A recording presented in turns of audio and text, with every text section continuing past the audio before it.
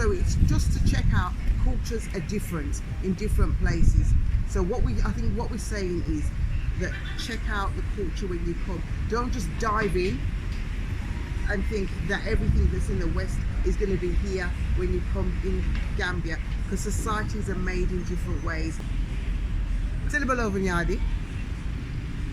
Response? Wow. I didn't know that one. It's a mandinka. Tilibalo for Jang. Wow. Yeah, you can say one. Did it? Did it. No, did it. So, I'm learning. It's coming. Tilibalo Vinyadi is how is the afternoon? So your response is Tilibalo Vinyadi, the afternoon is fine. Or you can say Abenyadi, which is how are you? And the response is Abidjan. Okay, Anyway. dearly beloved, we are gathered here this afternoon because we just thought we would chill out and vibe together. And when we vibe together, we just want to have a bit of chat, and we want to represent that chat with you guys. So this is Dee at Dee'svillage. Remember, it takes a village. So make sure you do all the YouTubey things. Oh, And here are my yes, you know. beautiful guests. It takes a village to build a village. That's I right. like that. Ah. Right. And here are my two beautiful guests. My third guest is hiding in the background. Oh, it's our producer in the background. The producer, yes, coordinating everything there. Very silently but coordinating. Silent but deadly. Let's keep her over there. Yeah, well you hear her laughter, so she Right. there. She there. She there. Yeah, yeah. Okay, so this is the beautiful. Militant Angel and with two L's. Yes. Militant cheese, you know. Don't ramp with that, you know. Talking that little thing. Zora, Lux Tech. Zora Lux Queen, they call me in Gambia. How are you?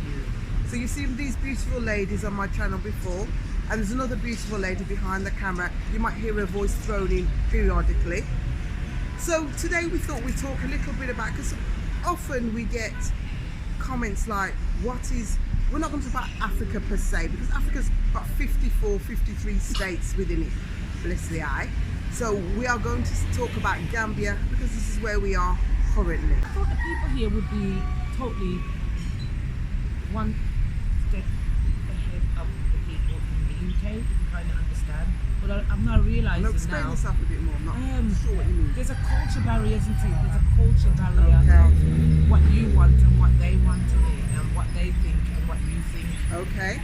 So I didn't realize, you know, I came here and I was working with builders and that was stressful. But I mastered it. And You get what me? particular stresses? What was it that you needed to master? I just felt I was treated different as a woman.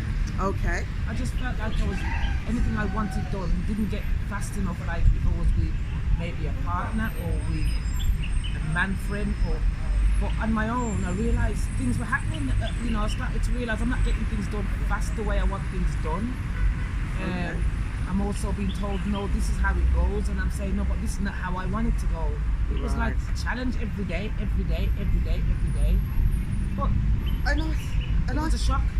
Okay, so you, that was a cultural shock. Yeah, man. Cultural shock. Definitely. And I think I can identify with that, because I want to be real here, that the Gambia, because this is where we are, is a very, how can I say, patriarchal society. It's male dominated and male orientated. So I can attest to what Zora is saying.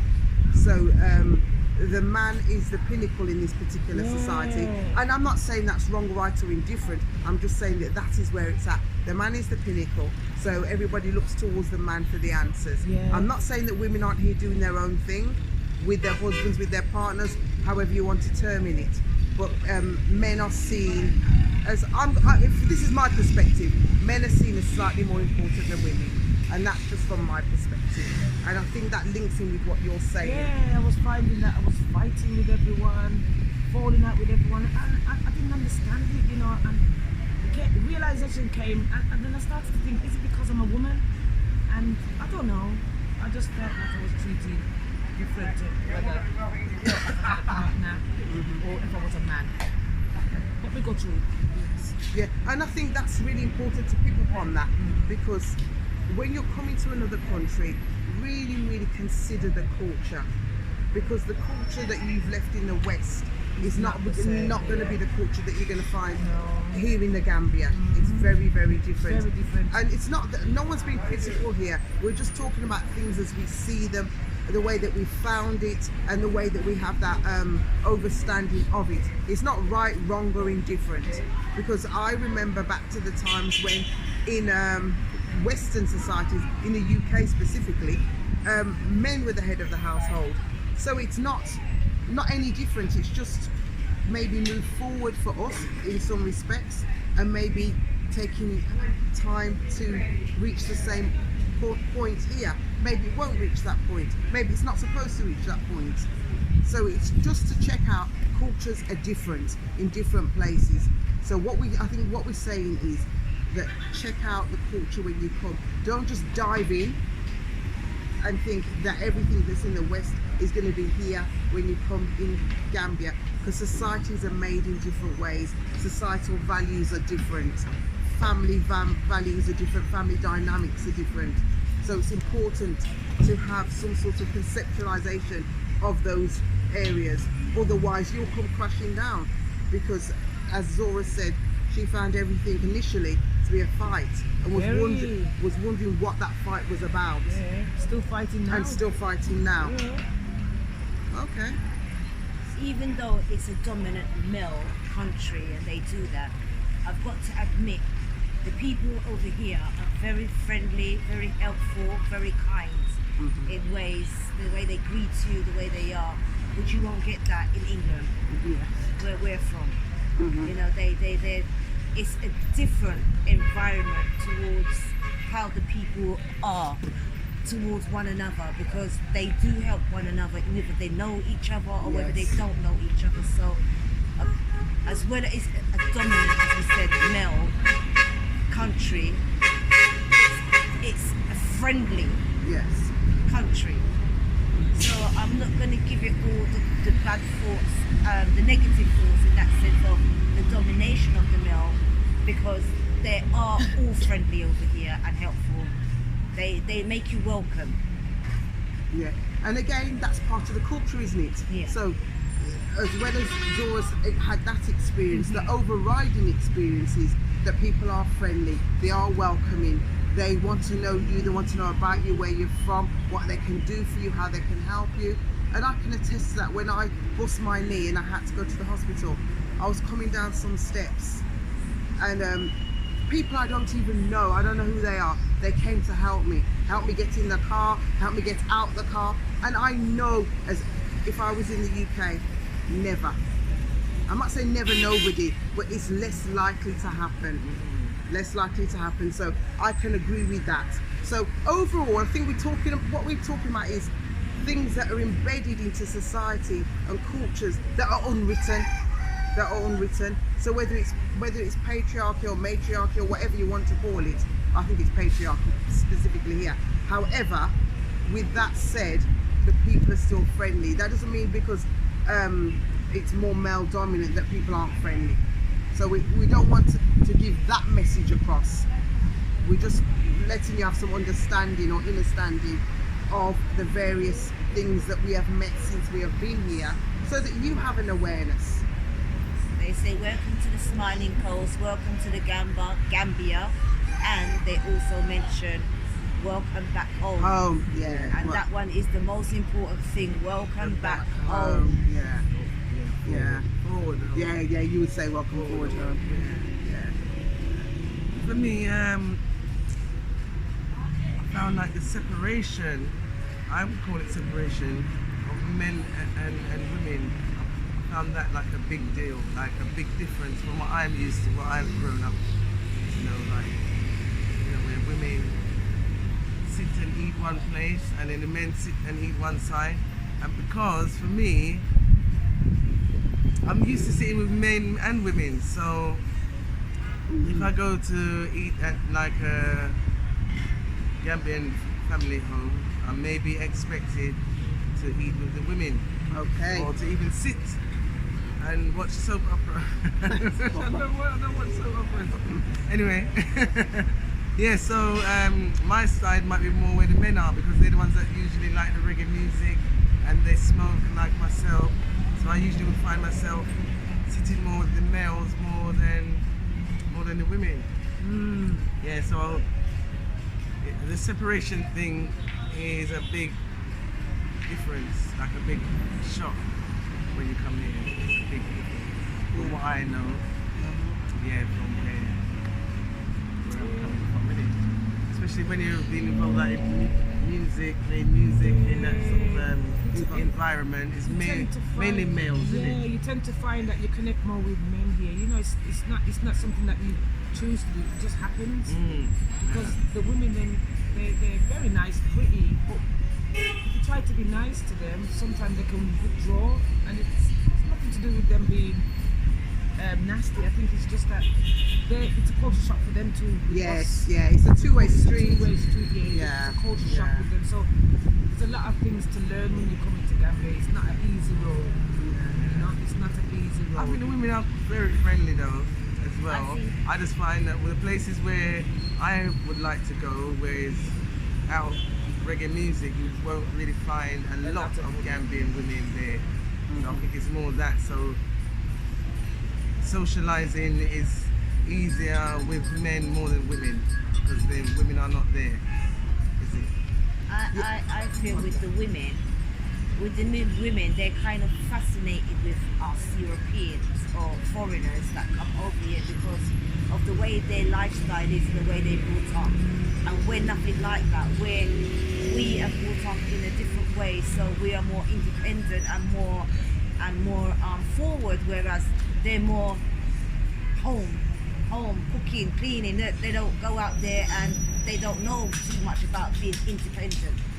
So they admire the way we are, and they would like to be like us, but it's a culture thing that they can't be like us. So they watch us and they think to themselves, oh, we want to be like these people. We want to be more independent, but they don't know how to go about it because of the lifestyle that they've brought into or what they've been taught. So in that sense, so the women, them, I look at them, but they're not directly looking at us in a certain way. It's that they want to be us, more independent, more free, and do things for themselves.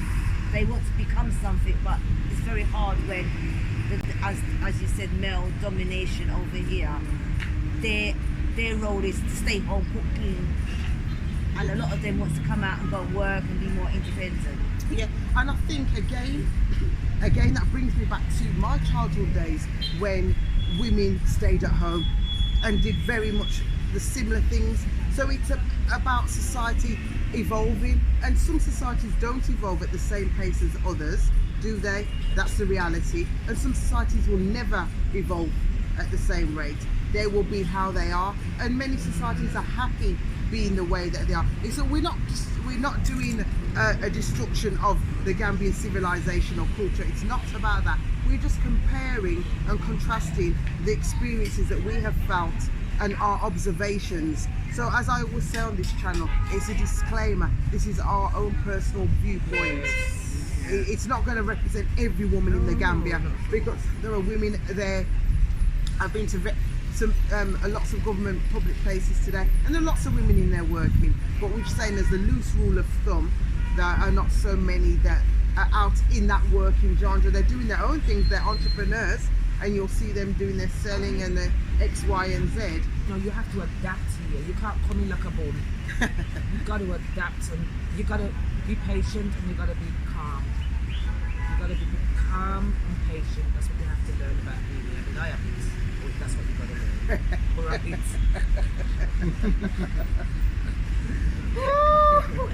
It's true. No. Yeah. But I'm learning. But yeah, and because the reality of it is that this life here is at a much slower pace, isn't it? You're not going to get things done like you get done in the UK. Yeah. You think 9 o'clock is 11.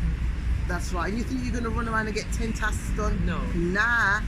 Maybe one if you're lucky. If you do one task for the day, it's a progress. Yeah. So you have to learn to be patient, and that's what I'm learning with time. Before I was like wanting everything done. Now I realise you have to cook danka. Slowly. Danka. Yeah, slowly. And in Mandinka, it's Domanding. Domanding. So it all means slowly. Yeah, so again, these are observations. So people on the other side of the screen, you know, once again we were vibing. So, you know, just having a conversation. I don't like the word con, you know, word sounds is power. We have to be careful what we say and what we put out into the ether, that the universe, or whatever you want to call the earth. We all call it different things, but in essence it means one and the same. So we're going to wrap up now. We've had a lovely chat, lovely chat. So thank you for listening, thank you for joining our journey, thank you for taking the time to come and visit the channel. We hope to see you again soon. Keep subscribing, you know, all the YouTube things we have to do. We really appreciate, love them. So once again, it's been Jedi.